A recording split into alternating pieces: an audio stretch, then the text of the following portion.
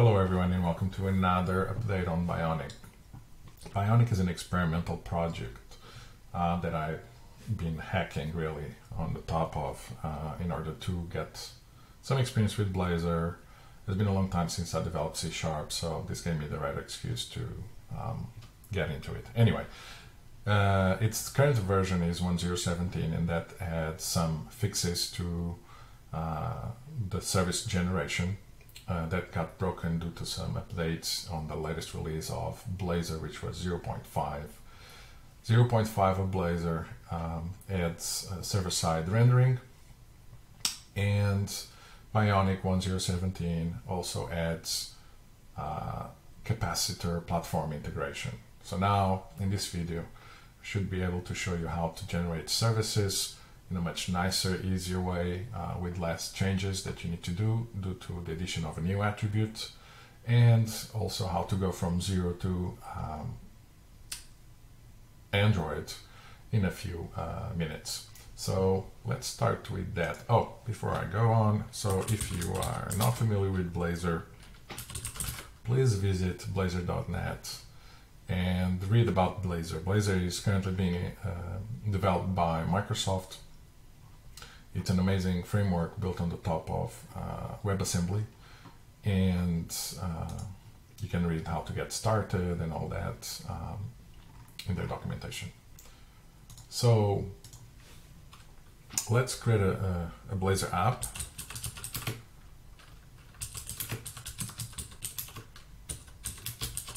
And we're going to call it Demo App. All right.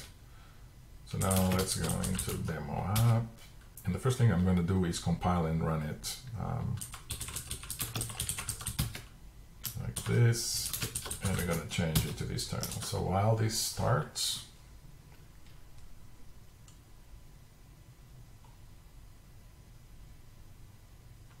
all right. So there's the app, default app created with the Blazor template, standalone Blazor template. All right.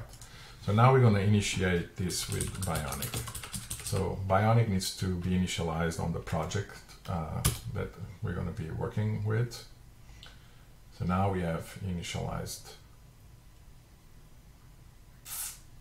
this project with Blazor. All right. So let's open this in code. So what was the change for those who are familiar with the previous things that Bionic was doing? So the main change that happened in relation to the previous is that now we have a startup file, and the services that were before initialized under program are now initialized in startup. And in order to facilitate the generation of those services, Bionic now allows us to create services just by annotating the service. So this injectable in here is going to allow us to register the injectable classes, or the classes that are going to have an attribute or injectable, and register those as services. So actually, let's create a service now. So let's, for example, create Bionic generate service, and let's create a counter service. And so we have a service now, we have the interface for the service, and we have a counter service. Notice that it's annotated with injectable. So this is going to allow us, our service to be automatically registered with the dependency injection mechanism of Blazor. So let's go into here and create a int count with get and set. Ooh. And void increment. There. So this is going to be our interface and our implementation. You're going to do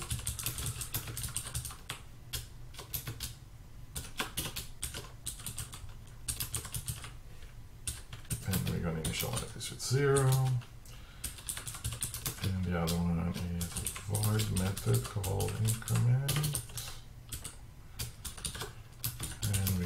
just increment count. All right, so we have our service. Let's change it in here. So let's call this demo count.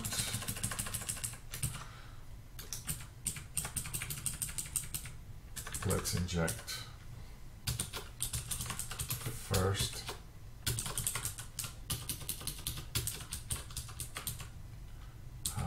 high counter service.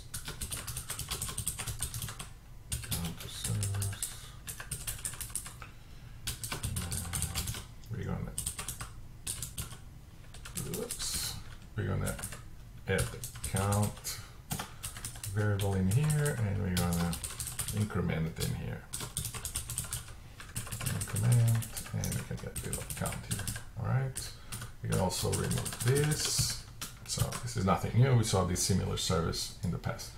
So this is building now, and if I didn't do anything wrong, if we reload this page, you'll see that hopefully the servers, and you'll see that it's the service is being there because the count is not resetting when you come back to this page. So that was it. I didn't have to go into the startup class and add the service in here. I can add another service, and they're going to be registered automatically because of this little line in here. So that was one thing that was included in this release. Now let's see if we can go from 0 to Android quick, hopefully in less than 3 minutes. So let's see. So let's start Bionic platform. You'll see that in Bionic platform we only have one command available, which is add. So let's put add, and in here we're going to say capacitor. So this is going into NuGet or in NuGet. I don't know how to spell that thing yet, but it downloads dynamically the package, the plugin from NuGet, and installs it. So we have a NuGet package installed. You'll see that it has created this Bionic directory in here. And if you haven't watched the Electron plugin integration from last week, go ahead and have a look at it under the channel video, the videos of this channel. And so we now have Capacitor installed, so we should be able to see that under platform. You see Capacitor was added dynamically. And now we can go in Capacitor. What is Capacitor's available? So we need to init. That's init Capacitor. This is going to add the Capacitor project under this platforms directory. And there we go. It still now asks us for an app name. So let's give it a name of demo app. And let's call it com. This requires a name like Java for Android. All right. So there we go. We have our capacitor structure initialized on the platforms. If you had Electron plugin initialized in here, you should also see the Electron right next to the capacitor under platforms directory. So now that we have initialized, we have Android available. Hopefully next week I will have iOS also available. So, but for now, Android. And what options we have available? Well, we also need to initialize Android, and that is going to add an Android directory under the capacitor, and this is part of capacitor structure. Oh, and before I forget, you need to have Node, a recent version of Node installed, because capacitor is built under Node, and I'm just really calling capacitor commands through process calls to Node. And we have Android initialized. The next thing we need to do is a build. So the build is going to copy our project files under www root and under C# bin add standard dist, and notice that this framework starts with underscore. So it happens that in Android, files cannot have underscores, or it doesn't like it for whatever reason in their file system. So all those framework are renamed, the underscore is removed, and so it is in bin, and everything in index also removed, the underscore, and also in some other files where all that gets removed and updated accordingly. And so this build is important to be done through the Capacitor plugin. So now we have that in there, and the next thing we have available is the command open, which is going to open the project. So nothing you need to have, to execute this on Android, and yeah, it's open on my other window. Is to have Android Studio installed. So this says open the project. Let's just make it a little bit smaller so you can see the other things. So this says open the project, and it's currently compiling. It's done. So now I select the device. Make sure you have a recent API, because only recent APIs have WebAssembly enabled in it. So make sure you have a recent API in whatever device that you. And so there we go. We have Android starting.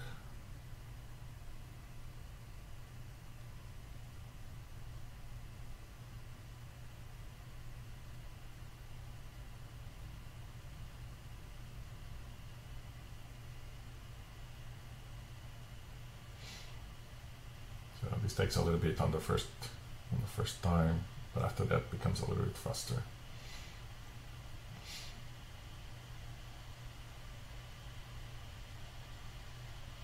And there we go. So we have our counter.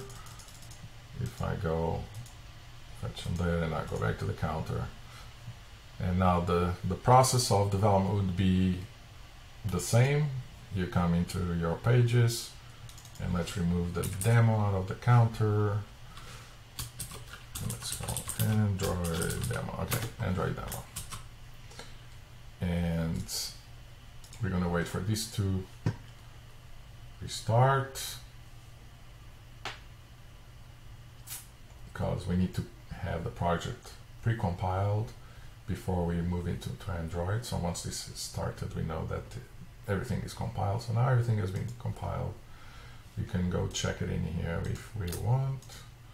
Should see Android demo. And in, over here, if I do build, it's going to copy the files into Android. And then I don't need to do open again because it's already open. So all I have to do is send it again to the device. It's going to compile. The device is already open, it's already starting, and hopefully you should see Android demo counter. So that's it, guys. Let me know if this is useful. If not, let me know if you guys like it, and or if you don't like it and say, hey, kill this project, it's awful and all that. But above all, this is not about Bionic. It's about the capabilities and the possibilities that Blazor is bringing to us. And I think you're going to have a lot of fun playing with Blazor. And if you play with Bionic, well, thank you. Let me know. It's an open source project. It's all in GitHub. If you want to help, it's great. Right now, I'm not taking this as anything major, but who knows? Maybe it will become something major. And just have fun above all and play with Blazor. Take it easy. Enjoy.